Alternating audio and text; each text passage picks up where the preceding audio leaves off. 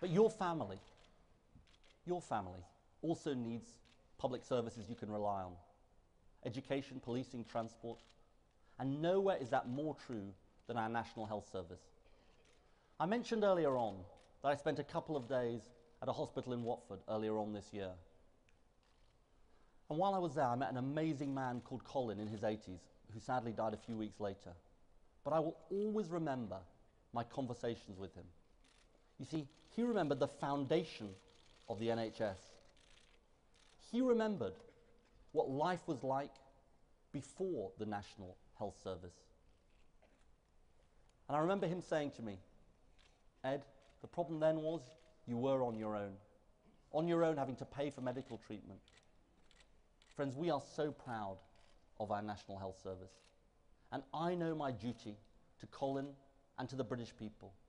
It is to make sure our NHS is there when we need it.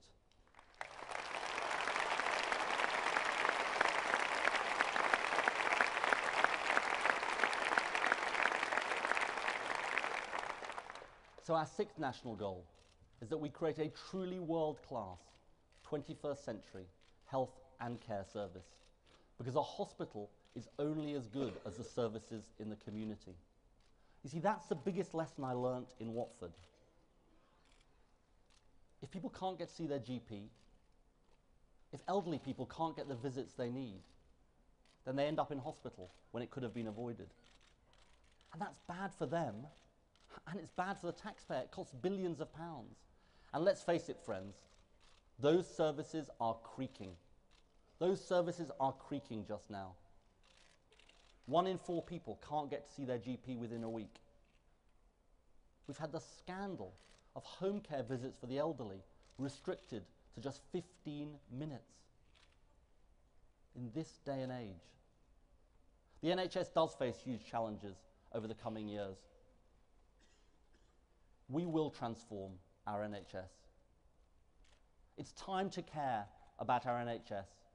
We need doctors, nurses, midwives, care workers who are able to spend proper time with us, not rushed off their feet. So we will set aside resources so that we can have in our NHS 3,000 more midwives, 5,000 more care workers, 8,000 more GPs, and 20,000 more nurses. An NHS with time to care.